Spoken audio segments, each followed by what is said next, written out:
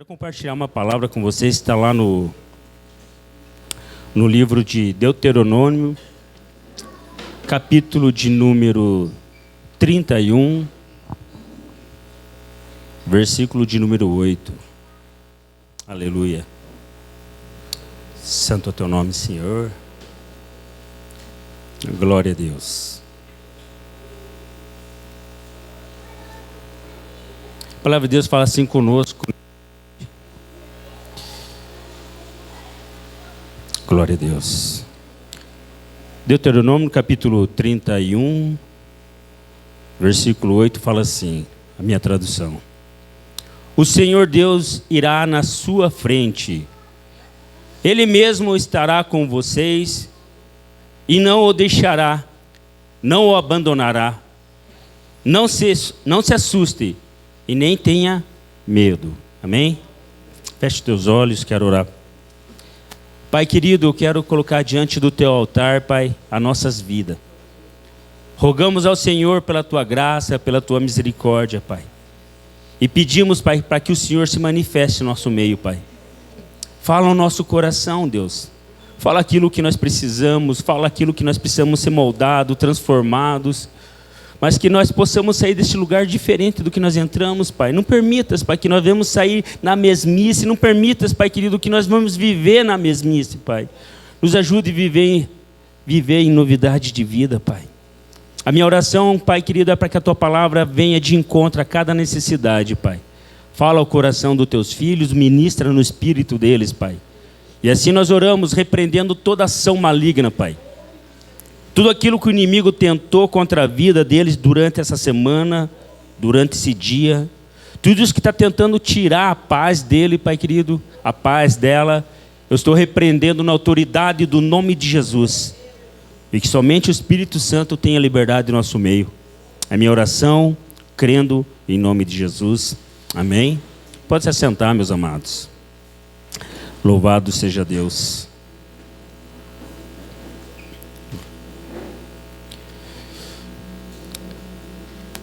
Uma pergunta que eu vi me fazendo e eu queria compartilhar com vocês. Você é convicto do teu chamado? Você tem convicção da tua salvação? Você tem convicção do propósito de Deus na tua vida? Você já se perguntou isso? Você já fez uma autoanálise num momento de devocional e você sentado e você já se perguntou, você é convicto mesmo? Talvez alguns vão responder sim, eu sou convicto, eu tenho certeza da minha salvação, eu sou convicto do meu chamado. Talvez alguns vão responder, eu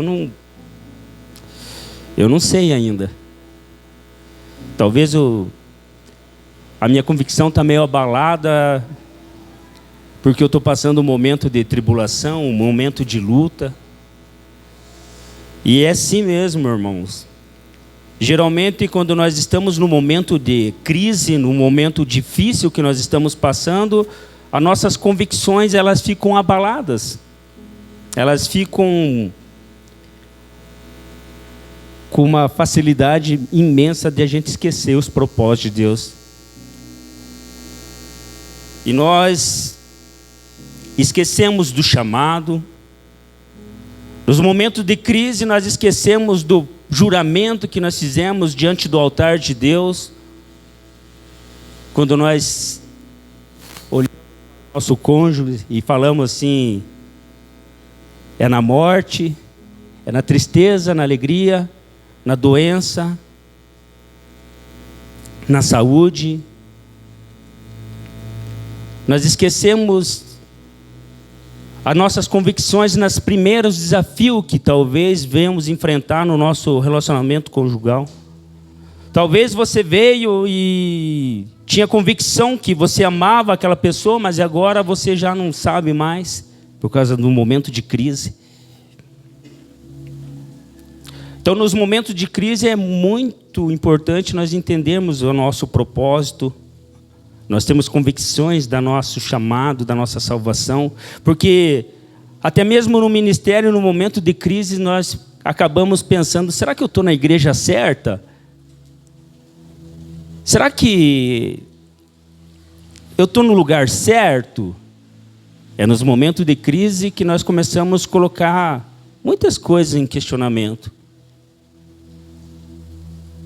É no momento de crise que a gente pergunta, mas será que eu estou nesse ministério? Será que eu estou no lugar certo? Será que eu estou nessa liderança? Será que eu estou fazendo parte desse grupo e eu não estou sendo aceito? Será que eu estou no lugar certo? Eu vou falar para vocês que todos nós passamos por fases difíceis.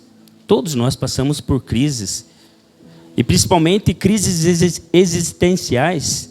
Crises que colocam o nosso eu à prova, o nosso cheque, assim. Será que o que eu estou passando está me desestruturando? O pastor Carlos tem uma fala que fala assim, desde que o homem perdeu o Éden, o mundo anda em crise. Desde que o homem saiu do jardim, o mundo anda em crise. E o homem vive em muitas crises. E hoje eu quero compartilhar algo com vocês que Deus veio ministrando no meu coração. Que em muitos casos, né, o que ele quando fala sobre a crise existencial, né, é algo que muitos casos, né, são passageiros. Todo mundo passa.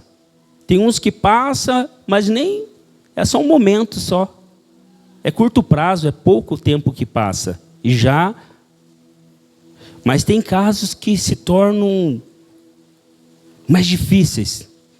Casos que persiste a pessoa no desafio, persiste a pessoa naquele problema, a pessoa persiste ou focar naquela dificuldade e aquela pressão vai se tornando tão forte na vida dela que ela começa a desanimar. Ela começa a olhar para os problemas, começa a olhar para as dificuldades e daí já começa a colocar em xeque a sua vida. Já começa a pensar em muitas coisas e abandonar muitas coisas. E os primeiros questionamentos que vêm em nossa mente, né, numa crise existencial, a gente começa a ficar com um staff mental. Esses são alguns princípios que uma pessoa em crise começa a demonstrar. O staff mental, o pessimismo começa a tomar conta dessa pessoa, a ansiedade começa a tomar conta dessa pessoa, a insônia começa a pesar, já não consegue dormir, porque aqueles problemas, aquelas dificuldades começam a tomar conta dos pensamentos dela e ela deita e a cabeça dela fica trabalhando em cima disso, lembrando disso, fica lembrando daquela palavra, daquela situação e aquilo fica remoendo. Depois vem aquele desejo de se isolar, ficar sozinha, sozinho, sair, não quero ver ninguém. Começa a vir aquele sentimento, eu não quero ficar com o pessoal da igreja, eu não gosto de... chega de crente. Começa a vir esses sentimentos para te afastar. E daí começa a ter uma insatisfação generalizada. Uma insatisfação com tudo, com todos, nada agrada. O que desencadeia isso? O que faz uma pessoa largar essas coisas? Você vê pessoas com um ministério tão grande e que a pouco abandonam tudo. E eu comecei a estudar, eu comecei a olhar a palavra de Deus dentro do nosso curso da segunda-feira, o pastor falando a respeito da vida do profeta Elias, né? E daí eu comecei a olhar, comecei a ver que tem muitos personagens que passaram por essas crises, passaram por essas dificuldades. E tudo que está na palavra de Deus serve como exemplo para mim e para você, para nós entendermos que nós temos as mesmas dificuldades que aqueles homens que fizeram grandes coisas, grandes maravilhas, grandes prodígios. Tiago, no seu livro, capítulo 5, do versículo 10 em diante, ele fala a respeito de nós orarmos um pelos outros, que a oração do justo ela tem o poder, tem uma eficácia sobre a vida do outro por causa da intercessão. E daí ele fala a respeito de Elias, que Elias era um homem igual a nós, sujeito às mesmas provações, sujeito às mesmas situações que nós passamos, mas um homem que fez grandes coisas. Mas depois eu comecei a ver, comecei a analisar, comecei a ver realmente. Elias, um homem um profeta que se levantou e se opôs ao reinado do rei Acabes e Jezabel, um reinado que estava totalmente contra a vontade de Deus, contra os princípios de Deus, todos os valores que Deus estabeleceu para o povo dele. Acabe estava se levantando contra ele e Jezabel. E Elias se levantou contra tudo isso e no meio de tudo isso ele se levantou, ele enfrentou aqueles 450 profetas de Baal, mais 400 de Azera, e Deus tomou a vida dele de tal maneira ali, se manifestou, onde ele fez um sacrifício, onde ele desafiou os profetas de Baal. Ele falou: vamos fazer aqui um sacrifício. Então, vocês fazem um sacrifício aqui e invocam o Deus de vocês. Se o Deus de vocês vir consumir, levar aqui, o sacrifício de vocês, né? Eu reconheço. Mas daí eu vou falar com o meu Deus e ele vai vir e vocês vão ter que reconhecer. Falou para o povo de Deus também, todo mundo estava olhando. E ali aconteceu tudo isso, e os homens ficaram ali, os profetas se cortando, se mutilando, e nada acontecia, e Elias ainda zombava: grita mais alto, que talvez o Deus de vocês está dormindo, não está escutando, grite mais alto. E ali os caras se mutilando tudo, e nada acontecendo. Ele falou: agora deixa comigo. Foi lá, preparou um altar, pegou 12 pedras, edificou um altar, ao redor ele cavou e mandou jogar água ainda. Daí jogaram água, ele falou: mas joga mais uma vez água, encheu de água em volta, e ele orou para Deus e falou: Deus, mostra para eles que há um Deus poderoso, que eu sirvo um Deus poderoso. E Deus se manifestou, Deus veio ali e levou aquele sacrifício, aquele holocausto. Desceu uma coluna de fogo e consumiu tudo, até o altar, tudo, até aquela água que estava ao redor, foi tudo. E ali Elias mandou: agora vamos pegar esses camaradas aí. E acabou dando cabo, matando, esses profetas. E engraçado que a gente vê muitas vezes Deus usando a nossa vida, nós fazemos coisas tão grandes na presença de Deus, e a primeira aflição, a primeira crise existencial, eu quero falar a respeito de ministerial, porque Deus te chamou para coisas grandes, Deus te levantou para você fazer coisas grandes, e muitas vezes você já fez coisas tão grandes para Deus, e agora você está acovardado com uma situação ou com uma outra situação. Você está acovardado porque veio uma notícia ruim para você, ou porque uma irmã não olhou para você, ou porque uma pessoa não deu paz para você, ou porque um liderado teu não se submeteu a uma vontade tua, uma ordem tua, e você acaba saindo. E vou falar para você, meu irmão, não vai ser a primeira vez. O que tem de crente rebelde, o que tem de ovelhas rebelde, meu irmão, vai estar assim na igreja. Você vai deparar com um monte ainda. Você vai pedir: irmãos, eu gosto de usar o diaconato, porque no diaconato eu servi mais tempo também. Geralmente, quando eu fazia a escala, as pessoas olhavam na escala ali e ficavam bicuda comigo. Pô, pastor, mas eu já estou de novo na escala essa semana, e o senhor já me colocou 2 vezes na escala. Eu olhava assim, puxa, cara. E aquilo ardia meu coração, porque eu sabia que a escala nossa eram poucos diáconos, não tinha o que fazer. E eu falei: E teve pessoas que veio falar para mim: pastor, eu quero sair do diaconato, porque eu não gosto de usar gravata e eu não vou usar gravata. E saiu do diaconato porque não queria usar gravata. E eu, irmão, fica. Não gosto. Eu falei, então tá, irmão, eu não... Isso é uma... Nós cumprimos um estatuto, e o diaconato na quadrangular, ele tem um estatuto, e ele tem um uniforme, e é um padrão, e precisa ser organizado, porque é uma instituição organizada. E a gente esquece muitas vezes, e muitas vezes você começa a olhar para essas situações, você começa a colocar em xeque o teu chamado, porque muitas vezes você começa a fazer as coisas e parece que as coisas não estão indo. E eu quero falar para você hoje que o teu ministério foi Deus que fez, foi Deus que te levantou e Deus que vai te honrar. Continue no propósito, continue fazendo, porque Deus é o teu supridor. Não pare porque as pessoas não estão entendendo, não pare porque talvez alguns não compreenderam o seu chamado ainda. Continue fazendo a vontade de Deus, continue fazendo aquilo que Deus te chamou.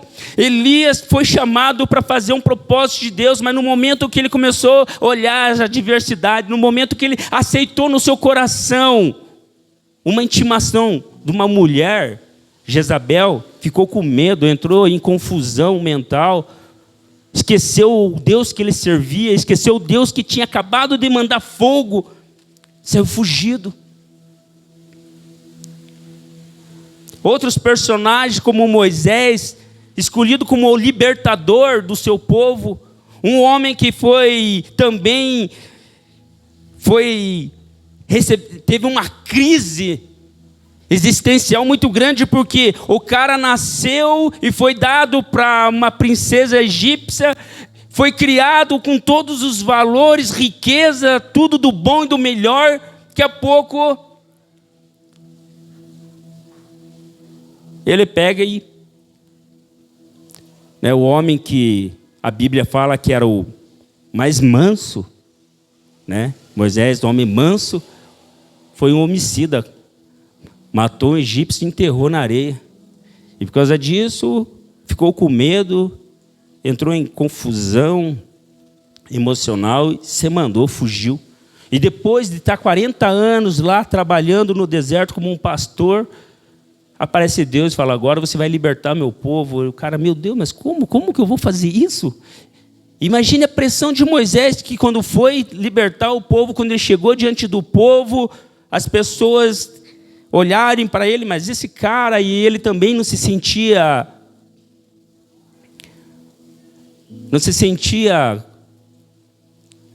como um representante, porque ele pediu até para que ele não falasse. Deus colocou o irmão dele, Arão, para falar. Eu fico imaginando as crises que Moisés teve nos momentos de quando ele estava andando com o povo e daqui a pouco o povo queria apedrejar ele, porque começaram a falar: mas lá onde que nós estávamos, no Egito, a gente tinha cebola, tinha essas coisas para comer. O povo começou a sentir saudade daquela velha vida, e Moisés, sabendo que Deus estava levando eles para uma promessa, para uma terra prometida. A dificuldade de você ter uma visão, você entender o propósito, mas daqui a pouco as pressões, as circunstâncias que vão se levantando diante do teu ministério, você começa a ver os desafios e você começa muitas vezes a sucumbir às reclamações, às murmurações.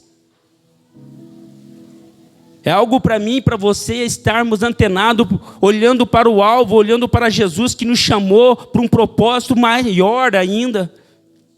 Eu e você precisamos olhar para Deus e não sucumbir às provocações, não sucumbir às crises que estão nos rodeando. Meu irmão, minha irmã, você tem um chamado. Meu irmão, minha irmã, você tem um propósito que é para ser glorioso. Você tem um propósito, um chamado para transformar vidas, para restaurar casamentos, para restaurar vidas de jovens, para restaurar famílias. Você tem um chamado, talvez, de restaurar aquele jovem que está lá na prostituição, no vício. E muitas vezes você deixa as pressões, as circunstâncias que rodeiam você falar mais alto e tirar você do propósito. Moisés, homem que falava face a face com Deus. Moisés, homem que tinha intimidade com Deus, que quando ele saía de dentro da tenda, o seu rosto resplandecia a glória de Deus. Mas no momento de perturbação, no momento de dúvida, no momento de pressão, ele chegou, quebrou as tábuas que Deus tinha dado para ele. Você está entendendo?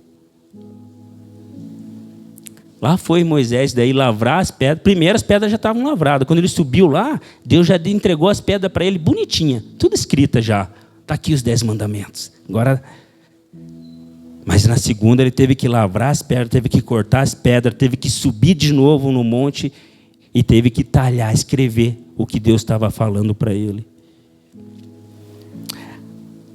As pressões fazem a gente ter atitudes muitas vezes que vai nos travar, vai atrasar muitas coisas na nossa vida. Noemi, né? Outra mulher que a gente pode ver que passou por uma dificuldade muito grande.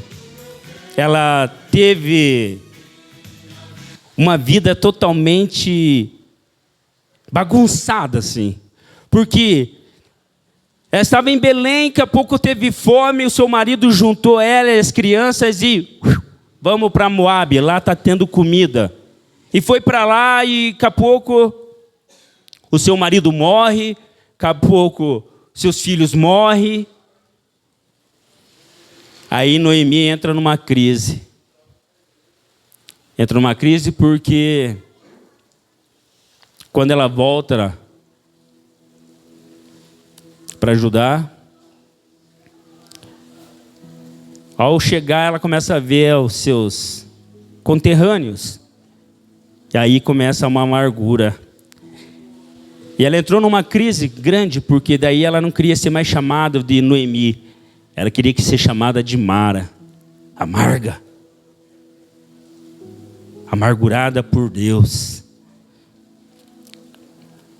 Isso é uma frustração com percas. E quando a gente entra numa crise existencial, ela muitas vezes ela está relacionada com as nossas percas.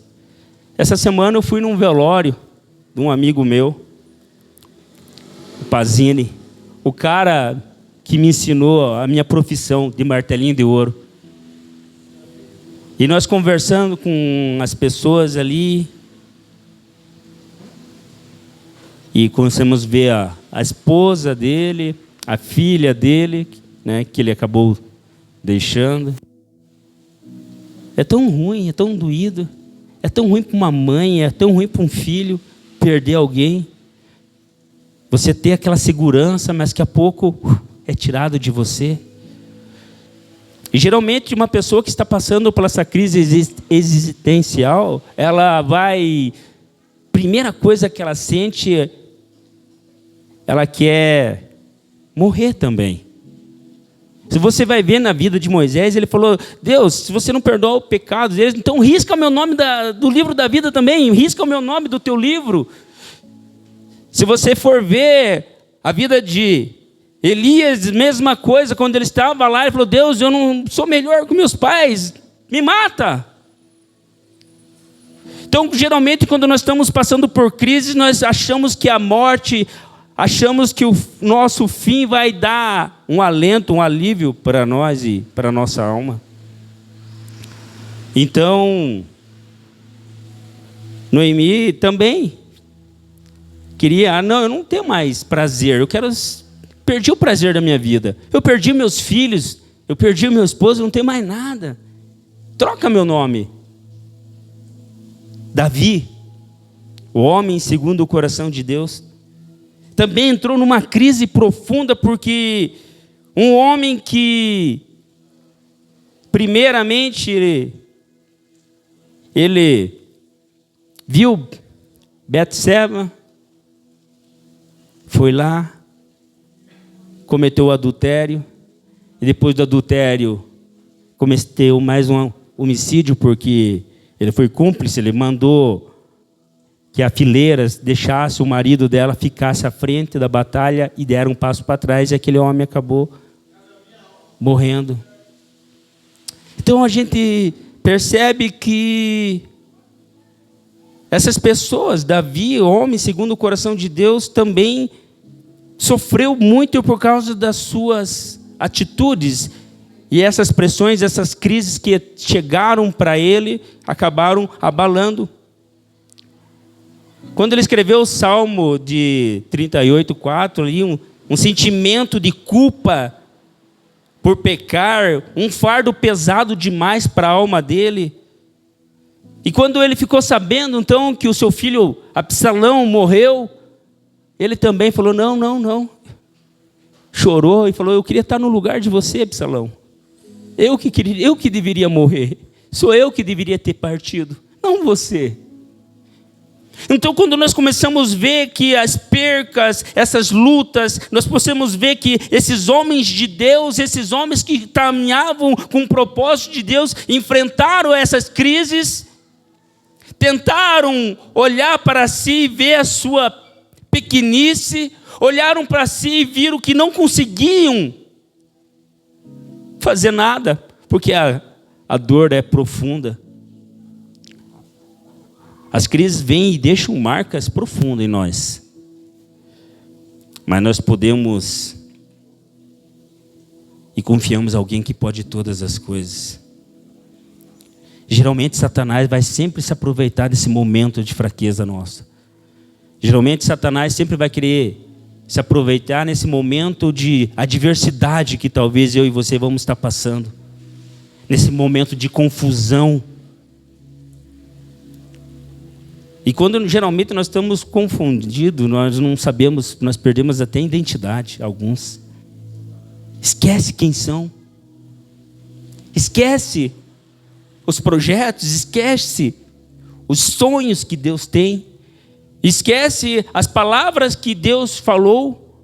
E quando nós lemos Deuteronômio aqui, Moisés falando para Josué, falou, Josué, eu estou passando o cajado para você porque o meu tempo já se esgotou, estou com 120 anos. E Deus já falou para mim que eu não vou entrar na terra prometida. Mas Ele falou que é para você. Você vai assumir. Você vai fazer esse povo passar. E aqui Deus tem uma palavra, fala assim, o Senhor Deus irá na sua frente. Ele mesmo estará com você. E não o deixará, não abandonará, não se assuste e nem tenha medo. O medo é algo que sempre vai tentar nos paralisar.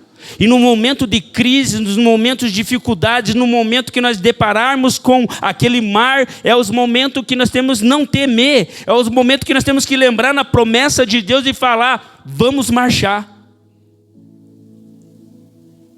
No momento que você bate de frente com aquele obstáculo que está dentro da tua casa, que está tentando contra a tua família, contra a tua casa, é aquele momento que você tem que olhar assim e falar, opa, você tem que entender que não é contra a carne e nem contra o sangue que você luta, mas sim contra principado e potestade. Você tem que saber que aquele demônio que tem que sair lá da tua casa, não é o teu filho, não é o teu marido, não é a tua esposa. Você tem que se posicionar e lembrar da promessa de Deus na tua casa. Você tem que lembrar que Deus fez um chamado, não só para você, mas é para toda a tua família. Crê no Senhor Jesus, tu e tua casa será salvo. Há uma promessa para mim e para você. Nos momentos de crise nós temos que trazer a memória. É nos momentos difíceis que nós temos que lembrar a nossa identidade, quem nós somos em Jesus. Se você não sabe quem é você em Jesus, eu quero falar para você, você é filho amado, você é filha amada do Senhor. Deus te ponhou nessa terra, Deus te levantou nessa terra, para você ser o sal, a luz, a diferença, meu irmão. Não ande com cabeça baixa, não ande desanimado, porque Deus é contigo. É nesse momento de crise que você vai ver a glória de Deus se manifestar na tua vida. É nos momentos de crise que nós podemos perceber o cuidado do pai com os filhos. Sabe por que eu e você somos filhos? João 1:12 fala assim: contudo, aos que recebem e creem no nome do Senhor, deu-lhe o direito de se tornarem filhos de Deus. Se você fez aquela oração: Senhor Jesus, eu te reconheço como meu único e suficiente Salvador da minha vida, escreve o meu nome no livro da vida. Ah, meu irmão, ali você já se tornou co-herdeiro de Cristo. Ali eu e você já se tornamos participantes daquela morte e também da ressurreição, porque o velho homem ficou lá num batismo, e hoje eu posso viver uma novidade de vida em Cristo Jesus. Hoje eu posso olhar para as crises que eu passo e saber que aquilo apenas Deus está me forjando. As crises servem para quê? Para te forjar. As crises servem para te dar força. As crises servem para te empoderar. As crises fazem você amadurecer. Tiago 1:2-4 fala assim: que temos que ter motivo de grande alegria por passar diversas provações, pois depois de manifesto e ter perseverado com a ação completa, para ser maduro e íntegro. Então as provações, as dificuldades que nós vamos passando, as crises que eu e você passa, são nada mais do que aperfeiçoamento. Você vai amadurecendo, você vai crescendo. Deus está te aperfeiçoando. Continue firme no propósito, continue olhando para Cristo. Talvez você não está entendendo por que eu estou passando essa crise. Por que está tão difícil eu prosperar? Por que está tão difícil? Permanece fiel a Deus, permanece honrando a Deus, continue no propósito, você vai ver Deus te honrar. Deus está te amadurecendo, Deus está te preparando, porque lá na frente tem pessoas precisando de uma palavra tua. Lá na frente tem pessoas precisando de um exemplo seu. Quando você estiver no altar pregando, e você vai falar: eu passei por isso, eu passei por aquilo, mas Deus foi fiel, e hoje eu estou aqui glorificando. Hoje eu estou aqui com a minha casa de pé, hoje eu estou aqui com a minha empresa de pé, hoje eu estou aqui com a minha saúde, porque Deus restaura. Todos esses homens, todas essas mulheres que nós podemos ver que passaram por crise na palavra de Deus e foram fiel, lá na frente eles têm uma história gloriosa. Noemi passou por toda aquela tribulação, mas lá no final ela pôde segurar Obed, filho de Ruth, que mais tarde se tornaria vô de Davi e ia entrar na genealogia do Salvador. Você está entendendo os propósitos de Deus? Se você está entendendo o que Deus tem para a tua vida, é muito mais do que você imagina, muito mais do que você pensa. Deixe de apenas vir para a igreja apenas como um culto comum. Se está difícil, adore a Deus. Rasga o teu coração diante do altar de Deus. Não despreza um coração contrito, um coração quebrantado. Começa a falar: Deus, me ajuda a vencer esse pecado. Faça como Davi. Davi se rasgou diante do altar de Deus. Falou: Deus, eu sou pecador. A minha alma está leprosa. Sara-me, cura-me. Comece a clamar para Deus: me sara por dentro, me transforma. Talvez você está leproso por dentro. Talvez você está leprosa por dentro. E hoje Deus quer te tocar, hoje Deus quer te sarar. Hoje Ele quer trazer na tua memória a promessa dEle, que é viva para a tua vida.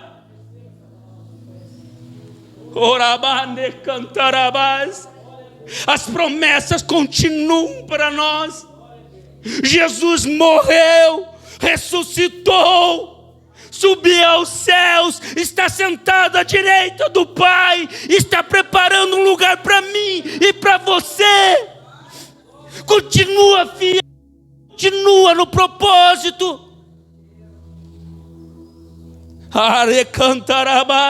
Não perca a tua visão, não perca o teu chamado, meu irmão. Não permita que as crises tirem você do propósito de Deus.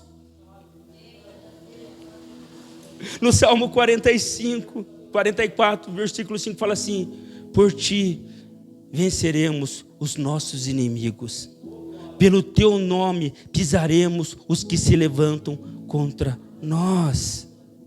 Deus te deu vitória. Deus deu vitória para mim, para você. E hoje eu e você podemos estar aqui celebrando a vida. Hoje eu e você podemos celebrar a vida. E num velório você vê as pessoas chorando. Você vê as pessoas tristes. Porque nós não fomos criados para a morte, mas para a vida. Mas a palavra de Deus fala: aquele que perder a vida em Cristo, achará. Quando nós formos levados, ou no arrebatamento, ou numa morte, nós sabemos que nós lutamos o bom combate. Aquele dia da morte não vai ser nosso dia de derrota, vai ser o nosso dia de vitória, porque Deus está nos promovendo. O dia do meu velório, eu quero que as pessoas falem: ó, hoje é o dia de vitória do Jefferson. Hoje é o dia de vitória do Jefferson. Hoje é o dia de vitória.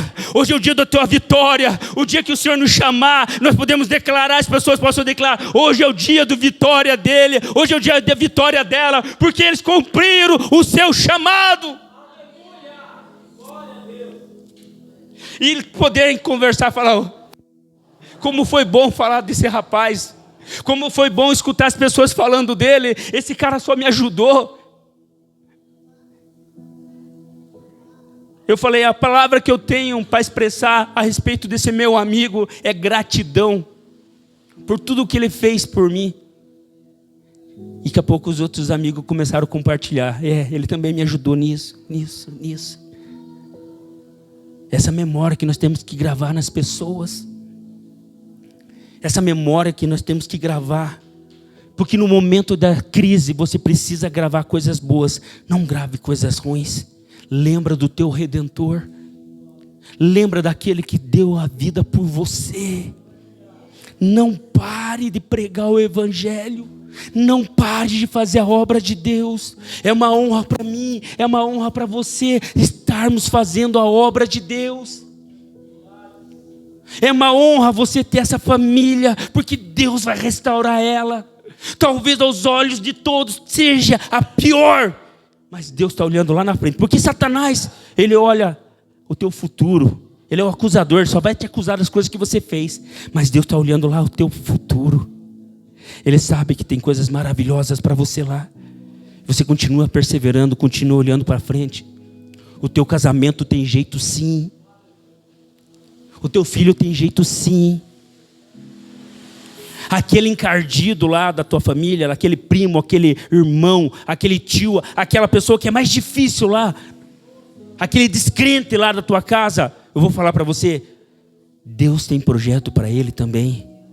Continue semeando oração na vida dele, na vida dela. Continue colocando aos pés do Senhor com lágrimas, com choro, mas continue regando os pés do Senhor na oração, que ele vai ser vencido. O gigante que está sobre aquela vida vai cair por terra. Ah, meu irmão, eu e você precisamos derrubar esses gigantes que estão se levantando.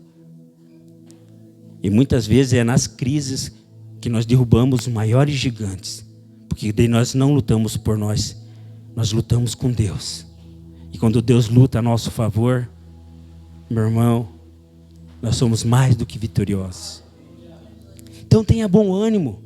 Jesus falou: tenha bom ânimo. No mundo tereis aflições, mas eu venci o mundo. Tenha bom ânimo. É passageiro, isso vai passar. As fases difíceis passam. E é igual eu falei esse tempo atrás, é igual um videogame. Você passou uma fase, você vai entrar na outra fase, e a outra fase é mais difícil. E vai assim, você vai amadurecendo, você vai crescendo, até chegar na posição de varão perfeito. E quando você chegar nessa posição, Deus já te chama. Ou chama toda a igreja no arrebatamento. Se coloque em pé em nome de Jesus.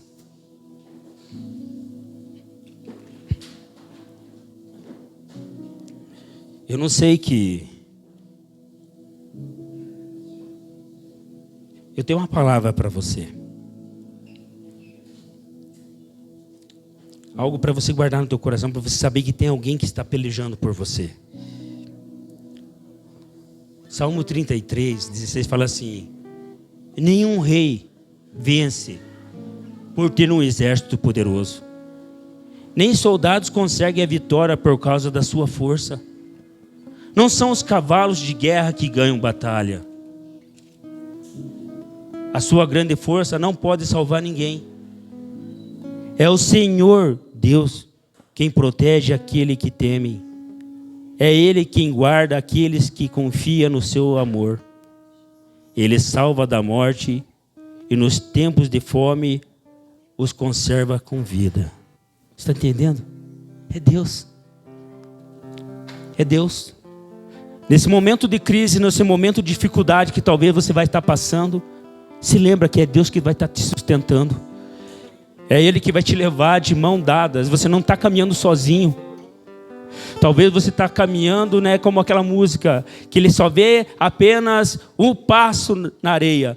Daqui a pouco o cantor fala na letra: não, aqueles passos não eram seus, eram meus. Eu estava te carregando no colo. Tá bom? Talvez você vai passar por momentos difíceis, momentos de crise. Eu quero que você entenda que você pode passar pelo colo do Senhor. Talvez o Senhor está falando para você como Moisés veio falar para Josué: ser forte, ser corajoso, anima, não desista, continue olhando, continue firme.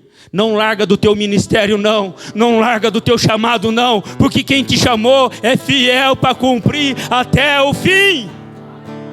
Feche os teus olhos agora e começa a falar: Deus, eu estou aqui para ser renovado. Eu estou aqui para ser sarado no meu tempo de crise. Eu estou aqui porque eu confio na tua palavra. Eu sei que o Senhor é fiel e poderoso para fazer muito mais do que eu penso, muito mais do que imagino. Mas a tua palavra me garante que eu e minha casa serviremos ao Senhor. Se é um problema familiar, Deus está restaurando a tua casa agora. Jeová Rafá, o Deus que sara, está tocando a tua saúde.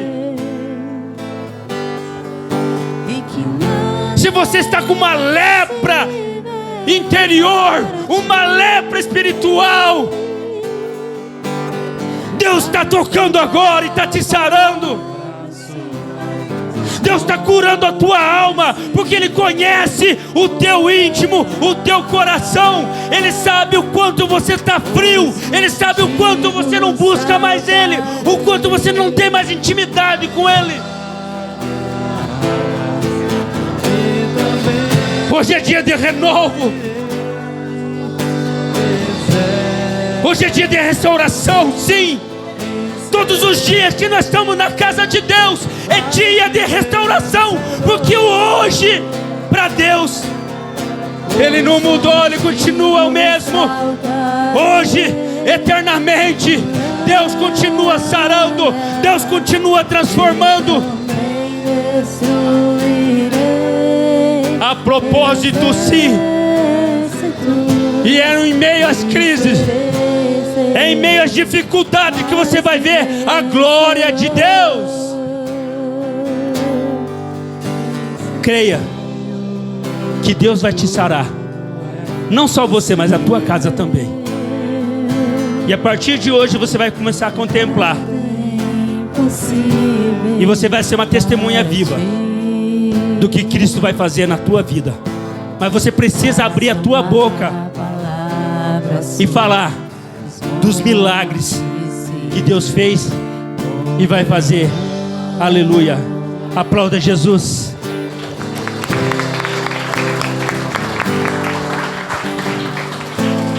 Glória a Deus.